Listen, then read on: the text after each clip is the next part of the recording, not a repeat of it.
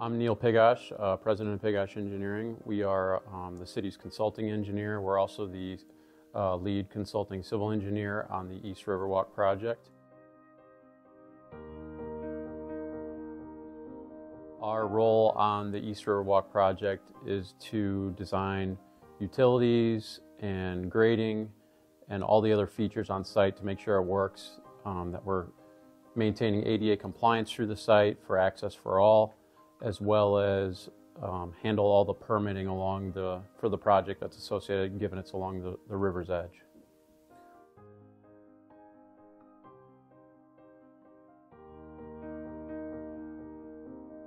For me, I think we've all heard the noise from afar about, the city doesn't utilize the river. We need to do more things with the river, and now it's actually happening. It's a very complex project. We have a multitude of funding sources on this project. We have an IDNR OSLID grant that the city acquired back in fall of 2023 for $600,000. Also, Dick Durbin's office allotted some money from the federal appropriations bill, about $475,000 towards this project as well.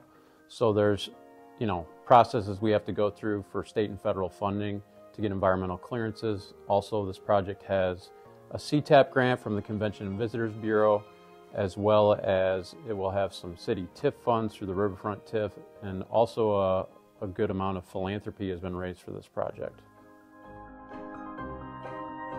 And I think once outside people see and developers see that the community is really bought into the idea of this plan and is taking it to fruition, that's when you start to really see some activity along the river and within this district, because they realize that the city is invested and the public is invested in this project.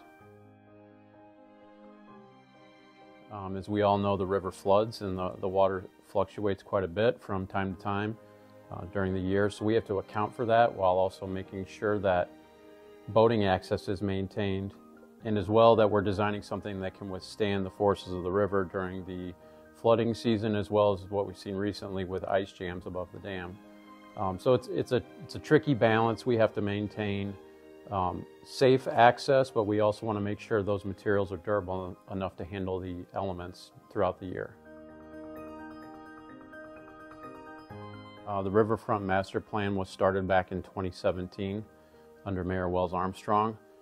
We partnered with the Hitchcock Group to go through a number of concepts and planning areas, as well as focus groups, and really getting a lot of feedback from stakeholders and the public. There were a number of open houses. So I think this is a great spot for people that want to ride their bike from downtown or walk from downtown down to the river, and they can really enjoy the views and the access to the river where currently they're not able to. Well, and I think too, once people start to see a shovel in the ground, then they're going to take it a lot more seriously maybe than they are now, because how many times have we heard something was going to happen, not just in Kankakee, but any town, and it doesn't come to fruition. And this is actually a big idea, a big plan that we're going to see the major first step happen this spring.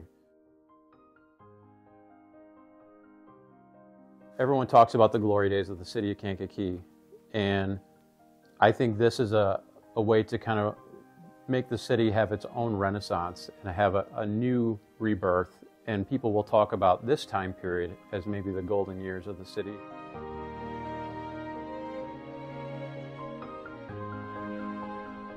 This might be the new rebirth of the city in a different form, and that's okay. I mean, cities evolve and change over time. I think this is another version of that.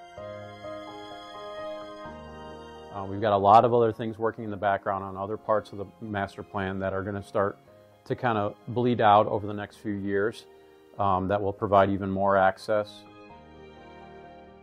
You see, as time goes on, people are going to be like, why didn't we do this sooner?